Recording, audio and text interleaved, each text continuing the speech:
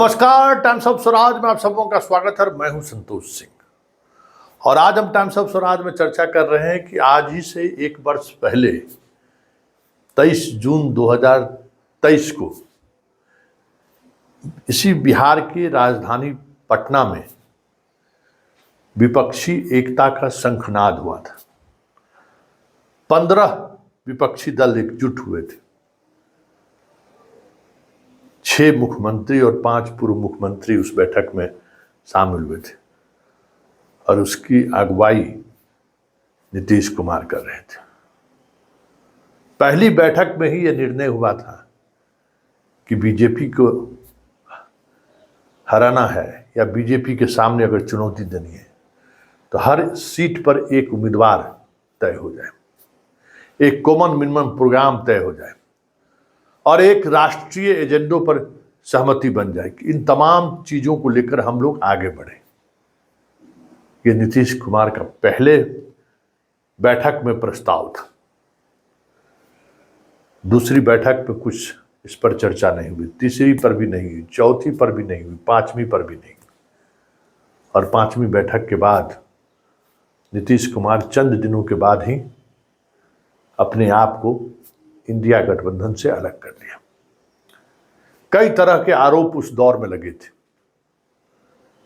कई तरह की चीजें भी सामने आई, लेकिन आज नीतीश कुमार के उस फैसले के पीछे की वजह पर अगर हम चर्चा करें या उस पर सोचें तो कह सकते हैं कि नीतीश ने जो फॉर्मूला पहली बैठक में दिया था 1 to 1 फाइट होनी चाहिए, उस पर अगर इंडिया गठबंधन अमल कर दिया रहता तो अभी सरकार इंडिया गठबंधन की होती, मोदी का सुपरा साफ हो जाता। ये सब कुछ अब 2024 के परिणाम सामने आने के बाद साफ दिख रहा है। लेकिन बड़ा सवाल यह है कि आखिर नीतीश कुमार के उस डिमांड को लेकर कांग्रेस या फिर अन्य पॉलिटिकल पार्टी सीरियस क्यों नहीं था? कौन लोग थे इसके पीछे जो इस गठबंधन को एक शक्ल लेने से पहले ही उसकी हत्या कर दिया? कौन लोग थे वो जिसने इस गठबंधन को एक अंजाम तक पहुंचाने से पहले ही मझधार में छोड़ दिया? यह अलग बात है कि आज मोदी बहुमत में नहीं है, मतलब बीजेपी बहुमत के आंकड़ों से दूर रह गई। लेकिन नीतीश नहीं होते तो क्या होता? नीतीश नहीं होते तो क्या होता, ये सवाल तो है ही। लेकिन नीतीश क्यों नहीं साथ रहे? जब इन सवालों पर जब सवाल उठता है तो सिर्फ और सिर्फ एक व्यक्ति का नाम आता है और वो है लालू यादव। लालू यादव की अपनी राजनीतिक महत्वाकांक्षा बेटे को लेकर जो बलवती हुआ, कहीं न कहीं इस पूरे गठबंधन की हवा निकाल दी। और सिर्फ हवा ही नहीं निकाली, 2024 के चुनाव में भी जिस तरीके से बिहार में उन्होंने अंडर टेबल मोदी को मदद किया, देश को इसकी पता, इसकी भनक लग चुकी थी। वो सब अब शुरुआती दौर से ही हम कह रहे थे कि कहीं न कहीं लालू अंडर टेबल नीतीश को मदद कर रहे हैं।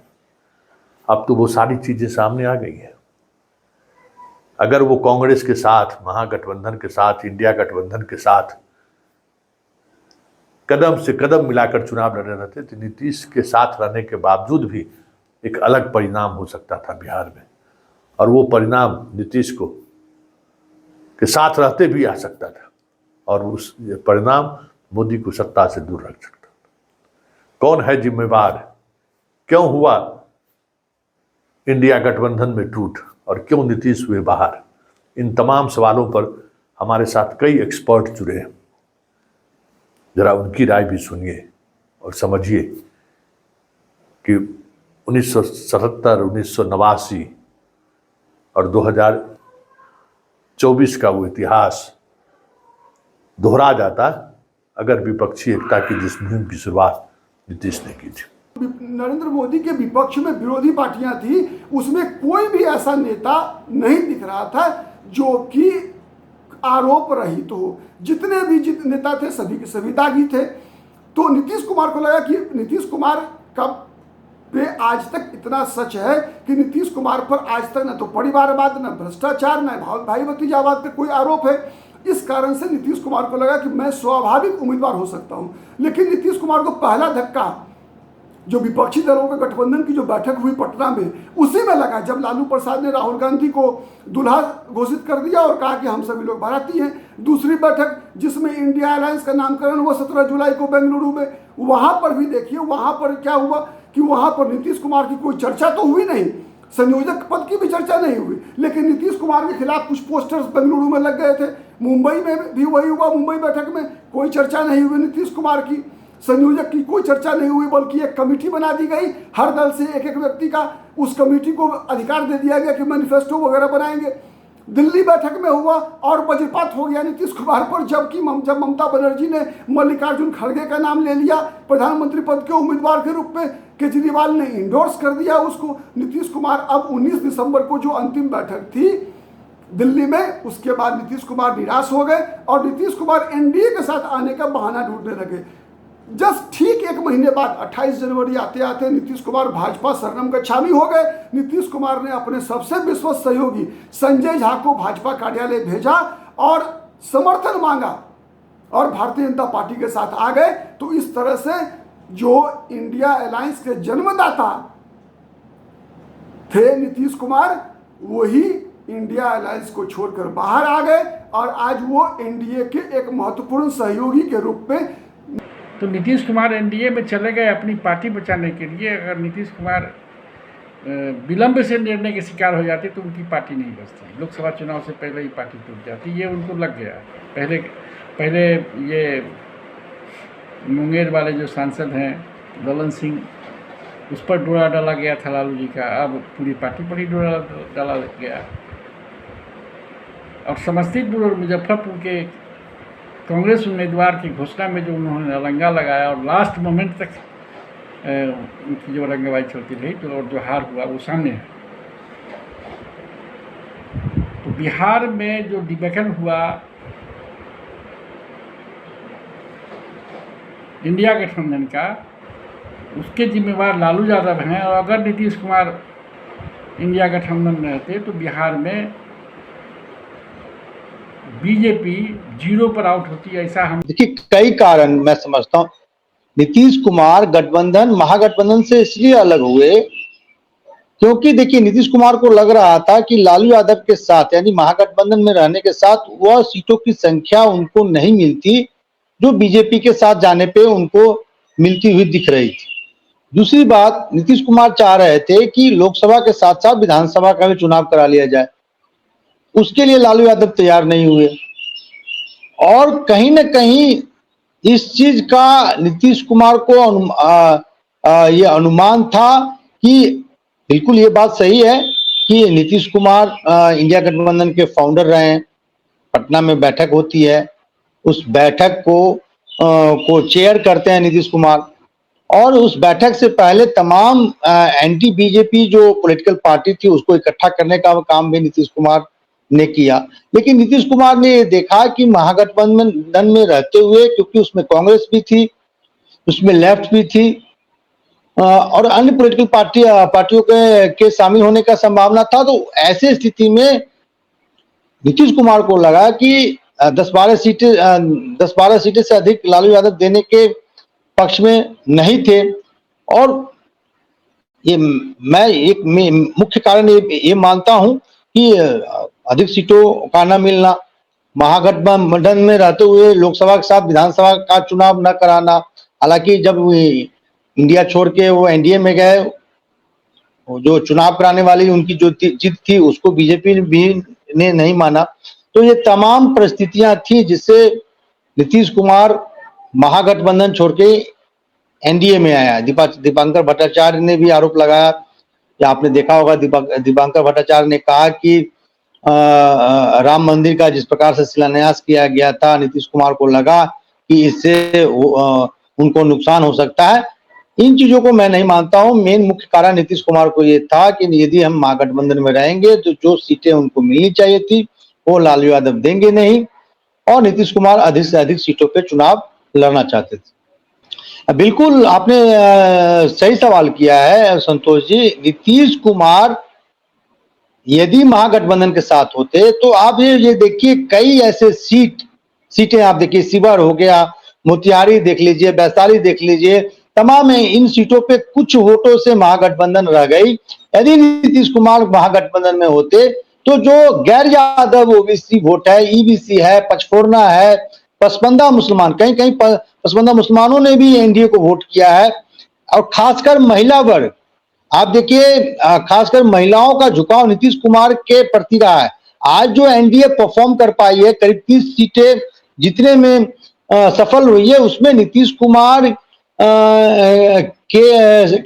से खास लगाव महिलाओं का रहा। जिस प्रकार से शराबबंदी किया गया, कई ऐसे स्कीम नीतीश कुमार लेके आए, और कई सीटों पे आपने देखा होगा कि 10-12% का डिफरेंस था पुरुष और महिलाओं के मतदान करने में।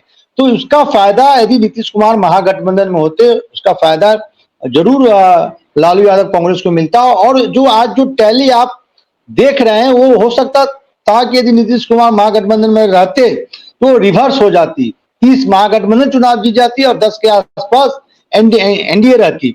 और उस स्थिति में संतोष जी आप समझिए कि कितना इंटरेस्टिंग पोजीशन होता कि आज महागठबंधन सत्ता में होता और बीजेपी सत्ता से दूर होती। तो ये बात बड़ा महत्वपूर्ण सवाल आपने पूछा है कि यदि महागठबंधन में नीतीश कुमार होते तो नतीजे कुछ और होते। पटना, मुख्यमंत्री आवास और इंडिया गठबंधन की पहली बैठक, और इस बैठक का आयोजन बिहार के मुख्यमंत्री नीतीश कुमार की पहल पर हुआ था। लेकिन परिस्थितियां ऐसी बनी, इंडिया गठबंधन के अंदर सामंजस्य की कमी थी, या कुछ ऐसी बातें थी जिससे जनता दल यूनाइटेड के लोग भारतीय जनता पार्टी के साथ जाने को मजबूर हो गए। ये आज तक रहस्य बना हुआ है। लेकिन इस रहस्य के दौर में नीतीश कुमार के पास पहली बार ये गठबंधन बदलने के वक्त कोई कारण नहीं था ये कहने का जिसे वो जस्टिफाई कर सके, जिसे अपने कदम को न्यायोचित ठहरा सके। ये सब ने देखा। उनके तर्क क्या थे कि बहुत गड़बड़ कर रहा था, सब मन नहीं लग रहा था। लेकिन 23 जून 2023 को जो पहली बैठक पटना में हुई थी, याद कीजिए, सीताराम येचुरी और ममता बनर्जी, कोई सोच नहीं सकता था कि एक प्लेटफॉर्म पर आकर किसी राजनीतिक कार्यक्रम में बैठेंगे, लेकिन वो बैठे। सुप्रिया सूले, शरद पवार और उद्धव ठाकरे भी पहुंचे, एमके स्टालिन भी पहुंचे थे, अरविंद केजरीवाल और संजय सिंह भी पहुंचे थे, राहुल गांधी, मल्लिकार्जुन खड़गे भी पहुंचे थे। एक पूरी तैयारी थी गठबंधन की। फारूक अब्दुल्ला भी पहुंचे थे तो महबूबा मुफ्ती भी पहुंची थी। यानी इतना बड़ा जमावड़ा नीतीश कुमार की मेजबानी में हुआ। उस मेजबानी के बारे में तमाम तरह की बातें कही गई। राहुल गांधी ने भी खुले मन से तारीफ की। लालू यादव ने तो राहुल गांधी से अपने व्यक्तिगत संबंधों को, व्यक्तिगत बातों को करते हुए पूरे माहौल को ही एक अलग रंग दे दिया। और वाकई उस बैठक ने जो बुनियाद तैयार की, आज लोकसभा में 234 सीटें जीत कर आए हुए इंडिया गठबंधन को जो आप देख रहे हैं, उसकी बुनियाद उसी दिन पड़ी थी। लेकिन बुनियाद जो उस दिन पड़ी, उसके बाद कदम दर कदम इंडिया गठबंधन में एक तरफ मजबूती के संकेत मिलते गए तो दूसरी तरफ दरकने के भी संकेत मिले। दो पार्टनर निकल गए, जयंत चौधरी निकल गए, नीतीश कुमार निकल गए। एसडी देवेगौड़ा की पार्टी से उम्मीद थी, वो उम्मीद पूरी नहीं हुई। और आज सत्ता नहीं मिली, उसके पीछे एक बड़ा कारण नीतीश कुमार और जयंत चौधरी का जाना रहा, खासकर नीतीश कुमार का जाना। राष्ट्रीय संयोजक इंडिया गठबंधन का बनाए जाने की बात थी। इसके साथ साथ इंडिया गठबंधन का औपचारिक नेतृत्व करने की बातें भी सामने आई। हालांकि आधिकारिक तौर पर जनता दल यूनाइटेड ने इसे नकारा, हर वक्त नकारा, लेकिन नकारने के बावजूद गलतियां क्या जेडीयू की तरफ से हुई, या गठबंधन की सबसे बड़ी पार्टी कांग्रेस की तरफ से हुई, या इन सब से बढ़कर कहा जाए तो बिहार में मुख्यमंत्री की कुर्सी का सपना पाल रही राष्ट्रीय जनता दल ने तो कई ऐसी निर्णायक चोट नहीं कर दी, राजनीतिक तौर पर निर्णायक चोट, जिस चोट की वजह से नीतीश कुमार के लिए इस गठबंधन में रुकना मुश्किल हो गया।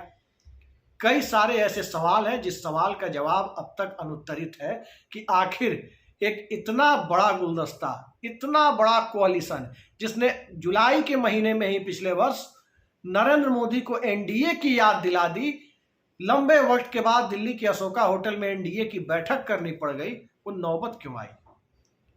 इन सारे सवालों के पीछे जनवरी में जो घटना हुई पटना में, 28 जनवरी को नीतीश कुमार ने अपने गठबंधन को छोड़कर, इंडिया गठबंधन को छोड़कर विपक्षी गठबंधन का जो दामन थामा, उसके पीछे की बुनियाद कहीं ना कहीं अगर कुछ हद तक जनता दल यूनाइटेड और कांग्रेस पार्टी को दोष दिया जा सकता है, तो काफी हद तक इसके लिए राष्ट्रीय जनता दल को भी जिम्मेदार ठहराया जा सकता है। बिहार में मंत्रिमंडल को लेकर सवाल, शिक्षा मंत्री चंद्रशेखर का विवाद, और इन सब से आगे बढ़कर देखें तो राष्ट्रीय जनता दल के द्वारा मुख्यमंत्री की अथॉरिटी और शासन प्रशासन में कथित हस्तक्षेप, जिसको कि नीतीश कुमार स्वीकार नहीं कर पाते।